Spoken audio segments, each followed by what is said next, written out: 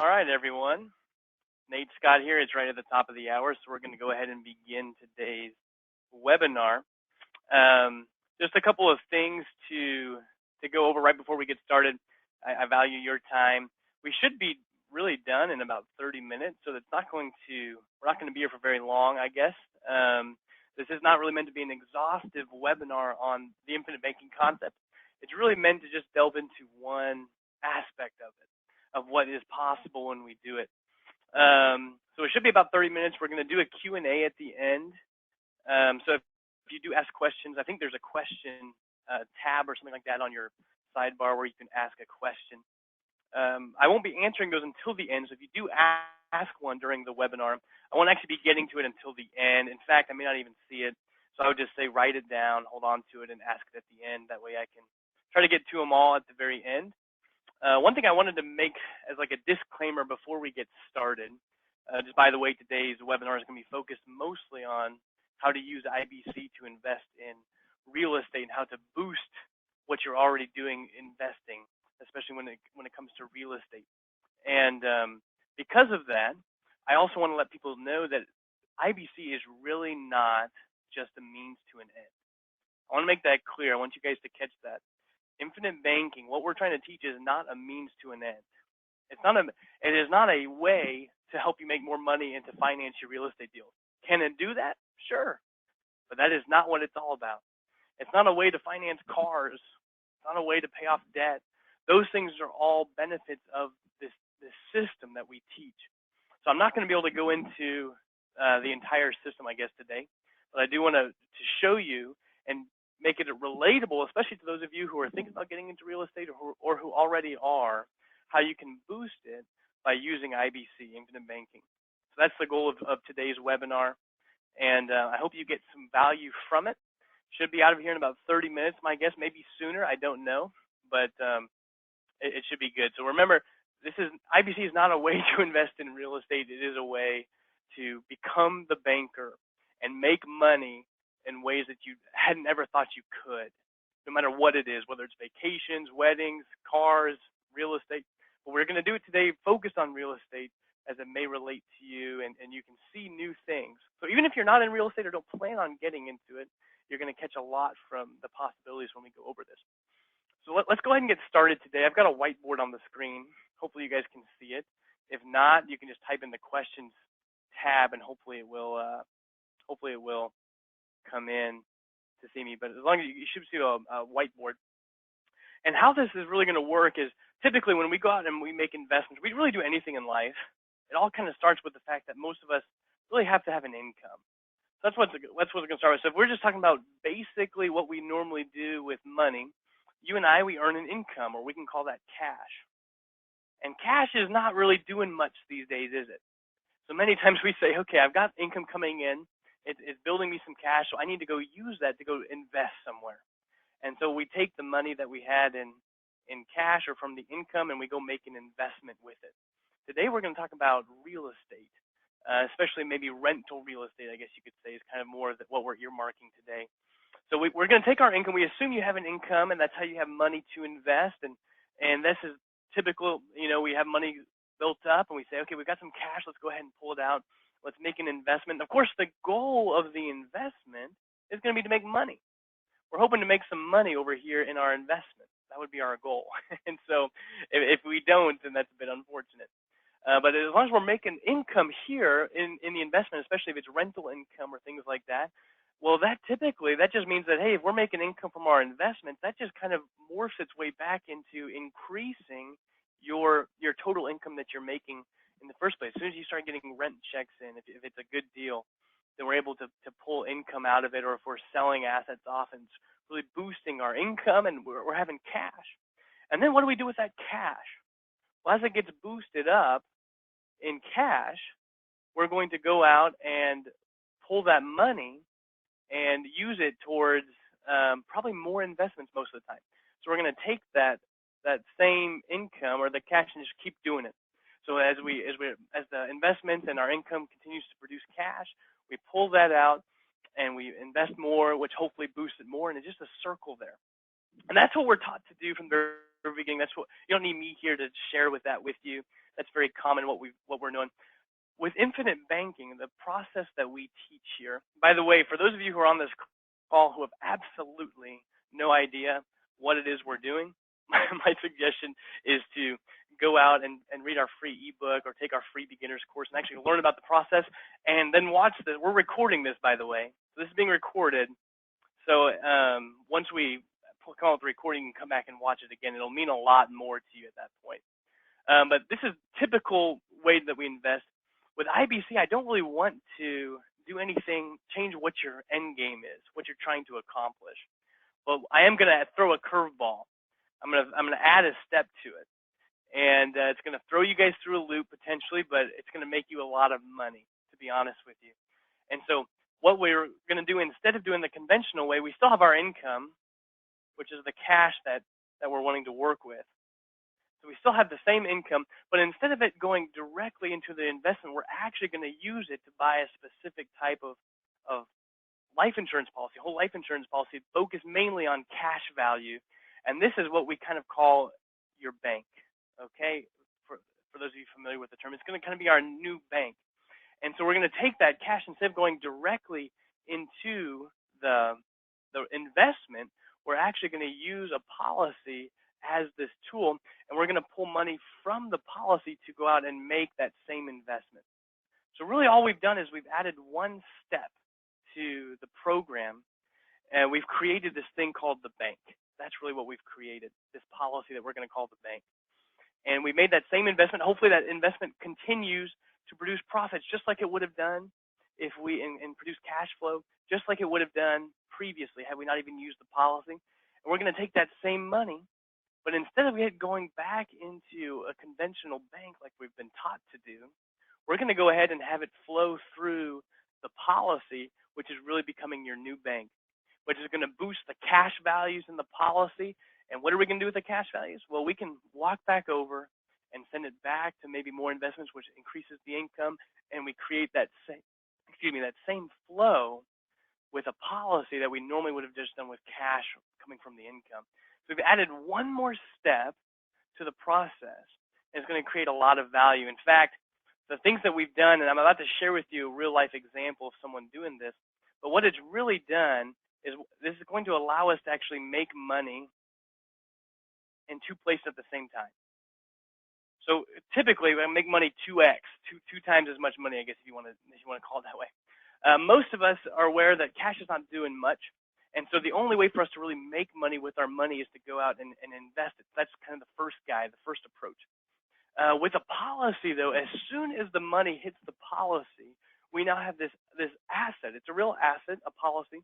And if we use that policy to make the investment, now, of course, the investment is going to be producing income, producing profit and return. But we also have this policy that's going to be producing a return. And it's really unique in how it works. It's actually kind of like real estate. So for those of you who are in real estate, you may or may not have, chances are probably pretty good, that you've had equity in a property before. And so you've got this property, it has equity, it has value that's not being tapped, not being touched. And you say, well, maybe it makes sense for me to pull money out of this property so I can go make an investment. You don't think, it may not be a good idea, you don't really feel like selling the property. So instead, what you do is you put that property up as collateral, and you take a loan out so that you can still have that property be rented and producing income. You can still have it appreciate. You can have all the benefits of the property and just borrow against it, which doesn't actually impact the property's ability to grow and to produce value. Well, that same exact model happens with a policy. In fact, that's what it's kind of modeled after. That in a policy, you're actually guaranteed to make money. It's guaranteed to grow each and every year. It actually grows tax-free, which is really pretty neat. Whole life insurance policies grow tax-free. And we can borrow against it and still have the money grow in the policy because we don't actually withdraw. We use it as collateral and take a loan out. So it really works in a very similar way, which allows us, and I'll share this with you guys in a moment, to make money and show you exactly how this works. But we'll be making money in more than one place with the same dollars, which is really the key. How much it's called creating motion or velocity of money. How many times can we move money and make money at the same time? So that's the first thing we're going to do, show you how to make money in two different places. The second thing it's going to do by having this policy is that we're actually going to be able to increase your passive income. So the whole goal, of course, with investing is to produce income at some point, or typically it's to produce income at some point passively, whether it's right now or sometime in the future. And with using the policy, because the investment is going to be producing income, but now that you have this other asset that's been growing alongside of it the entire time, it now actually produces additional passive income. And as we mentioned before, that income is 100% tax-free. So we're actually, just by changing how you do it, you can actually create more income without even having to pay tax on it, which is really powerful. Number 3, on the flip side of that, is that we can actually show you how to lower your taxes by pulling money from the policy. We can actually create an interest expense and reduce your taxes even further than what they would have been otherwise had we not used the policy. And we'll show you exactly how to do that here in a moment. So we not only can we create more income and have it be on tax-free basis, we can also create more deductions for you and show you how to do that, how to really get into the business of banking. And lastly, but probably kind of the most fun one, I guess you could say, is that we can even help you recapture losses. And what I mean by that is not every deal we do is going to be a slam dunk. I mean, I hope it is for you. But typically we win some and we lose some. Hopefully we win quite a bit more than we lose. But it used to be that if we go out and we invest money, we buy a property, and the property was a bust.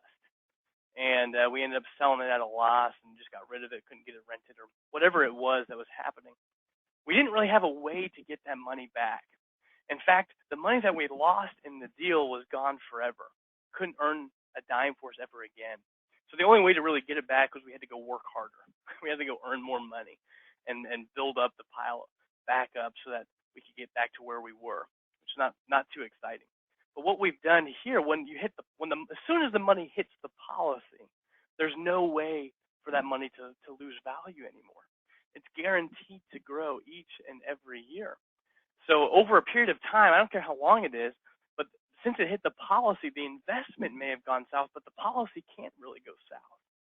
And so it's going to continue to earn even though we may have lost money in the investment, which is going to help us secure that money back, regardless if we have to earn it back or not. It can help us get money back even if we lost it. So that's what's powerful, is that as soon as we hit the policy and we pull from it, the money in the policy is going to be guaranteed to grow, which means that even if the investments go south, the money and the earning potential that was there doesn't have to disappear along with it. So it's very powerful. I'm sure there's more that we're going to get into, but that's what I wanted to share to begin with, just kind of the overall focus that I wanted to bring. And now what I'm going to do is I'm actually going to pull up an example of doing this in real life, I guess you could say.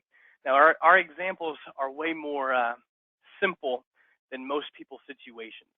So I want you guys to understand that we're doing this to show you an example that's oversimplified, because most people, our lives don't happen just, cut and paste, which is why if you are working with us, we have a financial GPS system that helps you keep track and helps keep track of the infinite banking system on a much more complicated scale than just doing this one thing. But all we're going to do here in this example is we're going to build up a policy, and we're going to use it to buy a property, and just show you what exactly that would look like if we were to do that. So we have an individual who gets started here. He pays a premium of $15,000 into this policy. He does so for 5 years, and then he actually stops paying the premium in. You'll see he paid a premium for 5 years and then stopped paying the premium into the policy. Now, I want to make mention of something here briefly that I want everyone to really fully understand. Many of us hear the word premium and we think of payment, don't we? In other words, we have car insurance premiums. And a payment is really just a deposit into somebody else's account. As soon as you make a payment, the money's gone. And that's what we're used to. We have a car insurance premium. It's really just a payment to the car insurance people. The money's gone. You never get it back. And and so it's really a payment. The money's gone. Same thing would happen with term insurance premiums, home insurance premiums, all these different things. So, but when we do banking, the premium is really a deposit. We want to see it that way. So a lot of times when I run these examples and we show premium stopping, people think, oh, thank goodness it stopped, because man, I can't wait to stop. we need to change the way we think when we're doing infinite banking, because we're going to be making deposits one way or another till the day that we die. You're going to be 85 and you're going to be making a deposit someplace. You're going to get a Social Security check or a rent check, and the money's going to have to go somewhere. The best place for it to be is in your own bank. And that's the truth. So what I wanted to mention here is that the only reason that we stopped paying the premiums here was because I wanted to pull money from it. I wanted to isolate what happens when we make the rental property investment. That's what I want to do. If I kept paying premiums in this example, then of course all the numbers, the cash value, the death benefit, everything would be larger if I was to continue paying into it, and exponentially larger. However, then it wouldn't be fair, because then it wouldn't just be focused on what did my investment, how did I boost my values in my investment because of this. It would have been, oh yeah, of course we paid all these premiums and they're growing. So what I wanted to do is I just wanted to pay premiums. I wanted to stop it. I wanted to pull the money out, invest it, and see what would happen in the policy if we were to do that. And so you'll see the cash value column. This is really the column that we care about here for the most part. We have this cash value, and we didn't really use any of it for the first 5 years. We just let it sit around. For those of you who are followers of us, we're not big fans of letting money sit. And if you're going to buy a policy and not use it for 5 years, then we're not the people to work with, honestly, because we're huge on keeping money in motion. Once again, the only reason that we let it sit here, we didn't actually pull any of the cash values out. We could have pulled out money in year 1, year 2, and we should have. Once again, just to keep it simple, I just built the policy up, and we're going to wait until I'm done building it to actually pull it out so we can isolate just that policy loan and how it's going to work. So after 5 years, we've got $68,000 of cash value, and we're going to pull $50,000 of it out really to make a down payment was what my initial thought was. You could make a down payment on about a $250,000 home to rent. I'm now aware that there's actually some people are able to buy homes that are rental properties around $50,000. So it could have just been just a cash purchase of a property. Could have been a down payment on a property. Could have been a down payment on a small duplex or something like that. Who knows what it's going to be? You would know better than me in your own life. So we're going to pull $50,000 out of the policy to make this down payment. And the assumption here was that we could earn about a 9% cash flow rate of return. That was what the benchmark we were going to do. We actually heard from most people that are shooting for 10 to 12%, but we said let's be a little bit more conservative and say 9%. And so if you were to make a $50,000 investment and it was going to produce a cash flow of 9%, that's actually $4,500 a year. 10% would be $5,000 a year in income. After cost, after mortgage payments, everything like that, 9% is $4,500 a year. And you'll see that going back in here, back to the policy, really. So once again, if you remember that first example, this income that's coming in from the property, this rental income, has to go somewhere. It's going to have to go someplace. We could do what we used to do and just let it sit in our income file, which is just sitting around in cash. Or we could start becoming our own banker.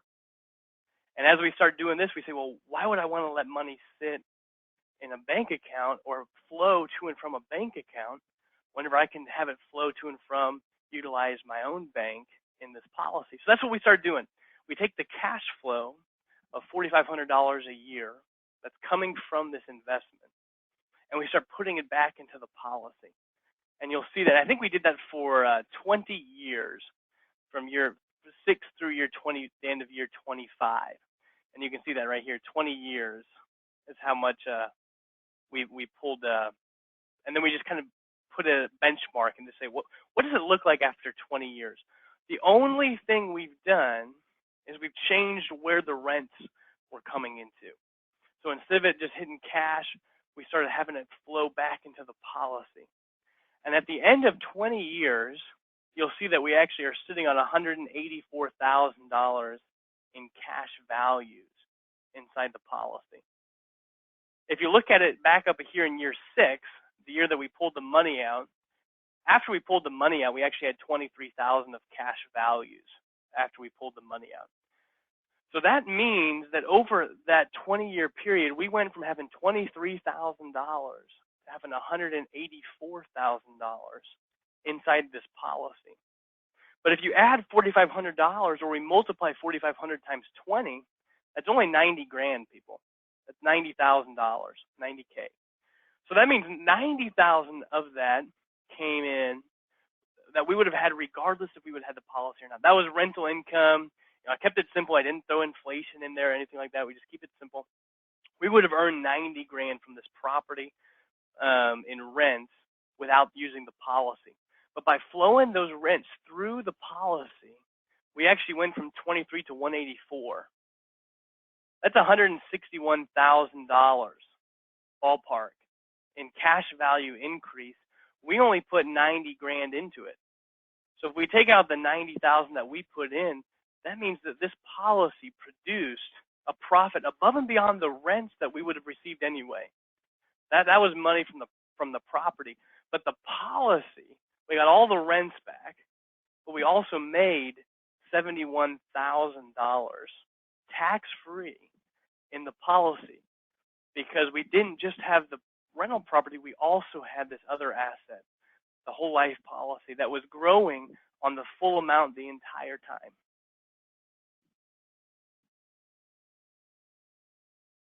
But on top of that, we actually borrowed the $50,000 from the policy, and we paid back $90,000 to the policy. So if we were to take a loan from a bank, or if we were to take a loan from a finance company, or even a hard money lender, I don't care who it is, and you were to borrow $50,000 and pay back $90,000, that would be $40,000 of interest that we would end up paying to that finance company. Well, you're the bank, by the way, in this scenario. So even though we paid the $40,000 back to our own policy, and we've got it all sitting in our account, the IRS doesn't really care who you're paying interest to, as long as it's accounted for correctly. And so what we've actually done here is the $40,000 of interest we paid, just as if we had borrowed money from a bank to buy this property or make the down payment here, or if we went and borrowed money from a hard money lender to make the down payment.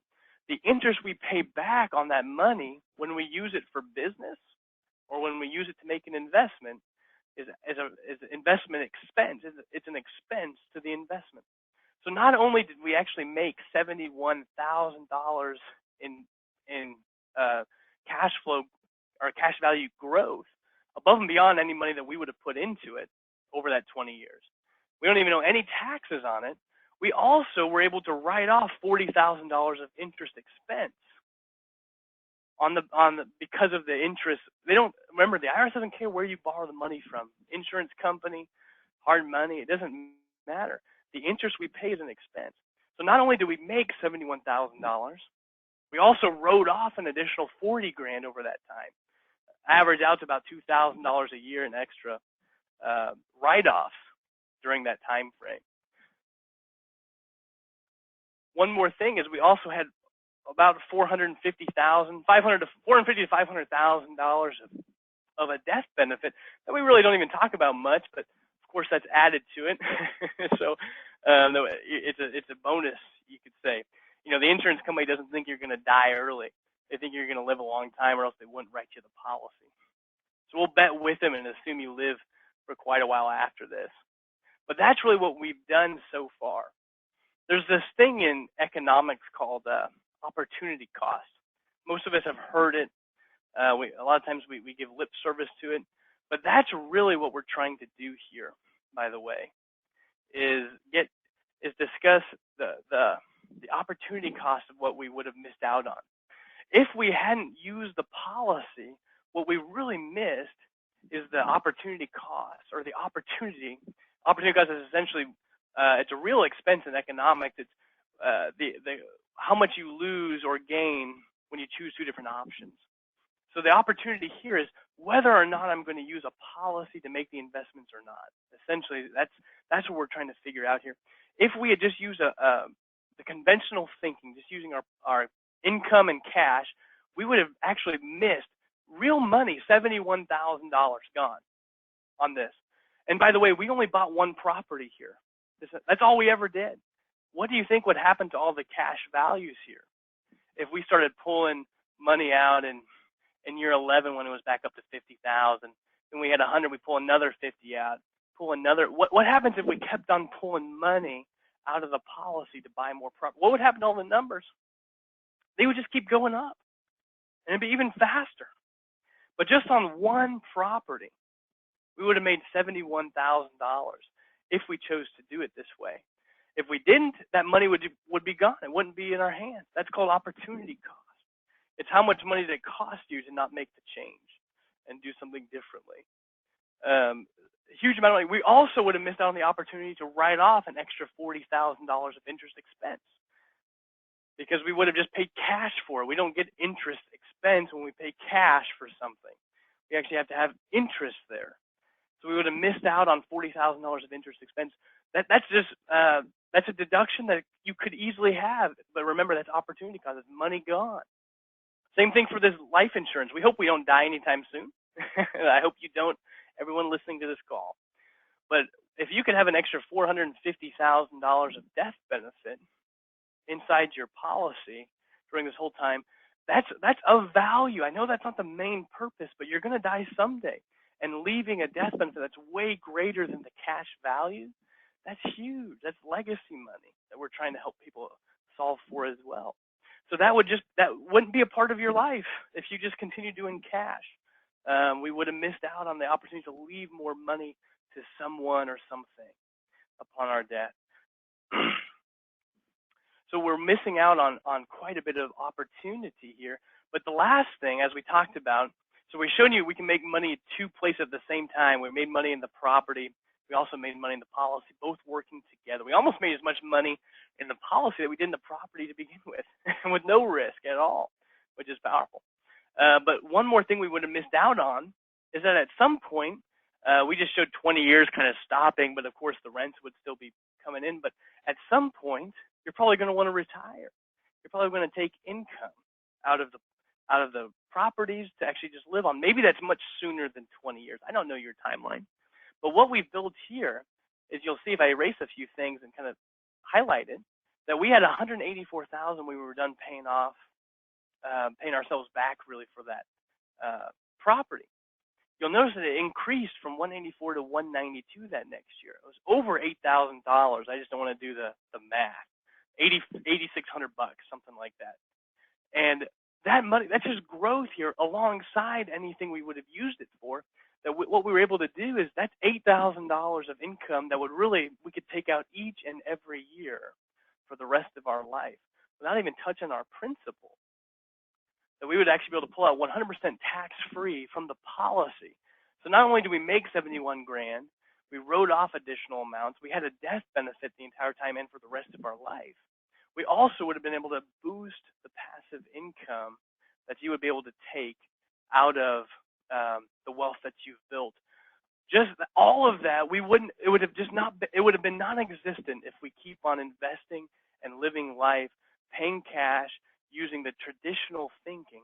It's totally a different paradigm shift. I'm aware of that. It's something brand new. But if it works for real estate, and we can create all this value from real estate, do you think it would work for financing a wedding? You've got daughters, those are fun. Kids' education, cars, which we've shown many times. We've shown cars or mortgages or getting out of debt.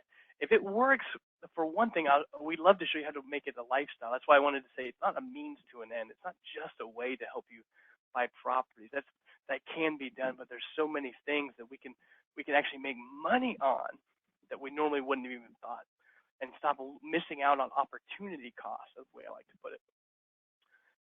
We wouldn't have had the extra cash, the interest expense, the death benefit, or the passive income.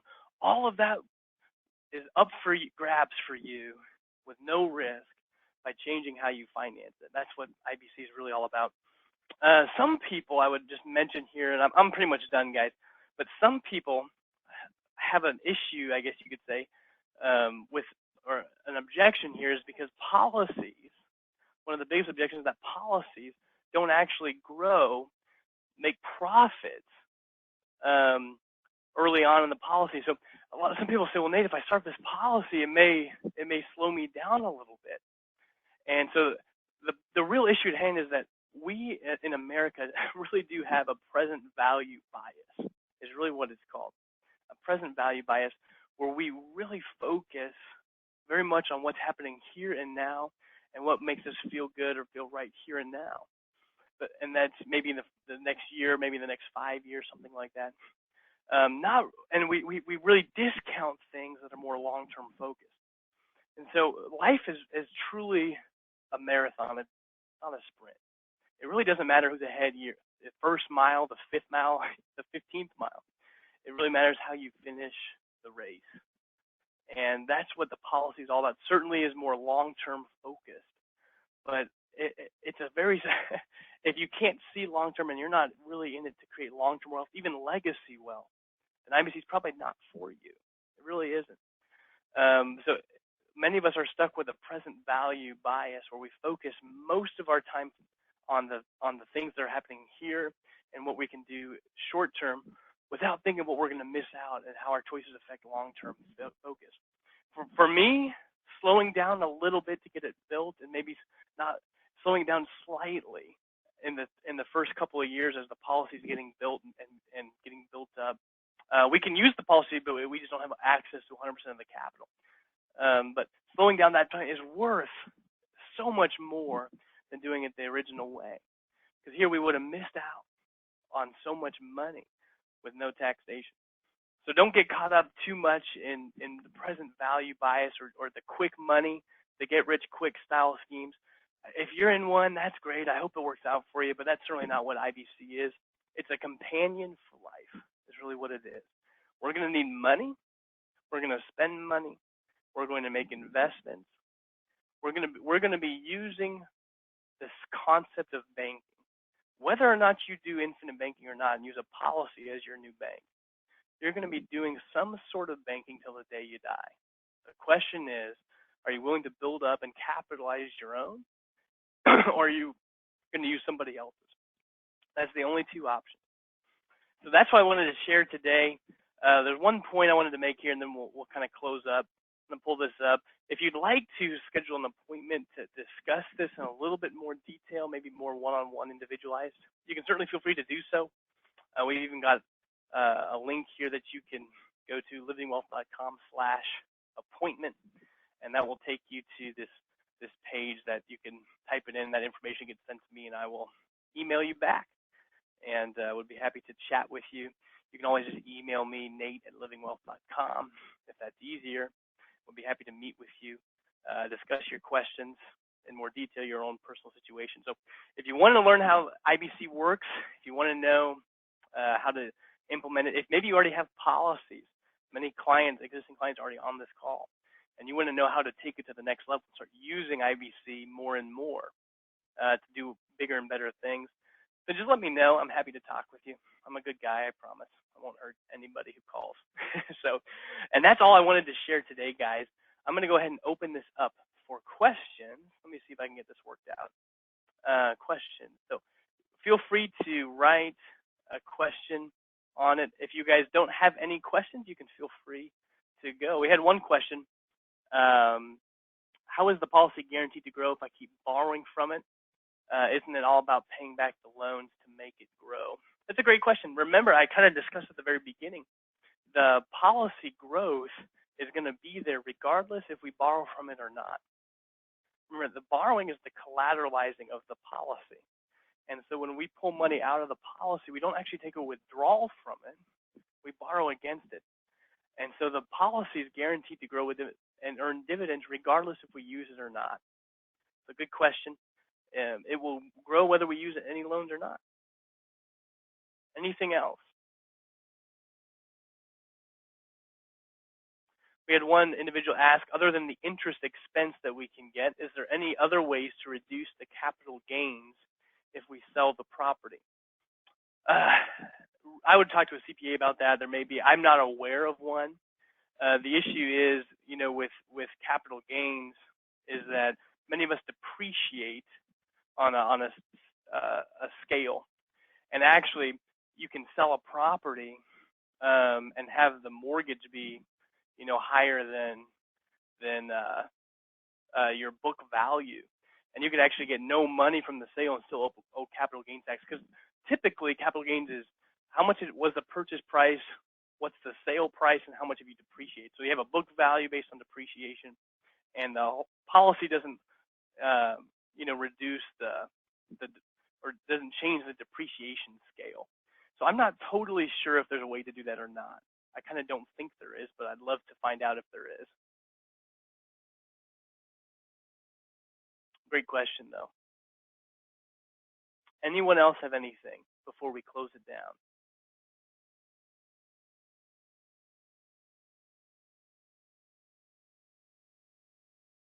All right. Well, if you do, you can email me directly. We will be sending out a recording link to everyone. Probably will be maybe tomorrow, maybe Monday. You'll get a recording link, and look forward to watching it again or reviewing it. We will go ahead and let you guys go. If you have questions, you can go to livingwealth.com/appointment and let me know, or just email me, Nate@livingwealth.com. Hope you all have a great day. Bye-bye.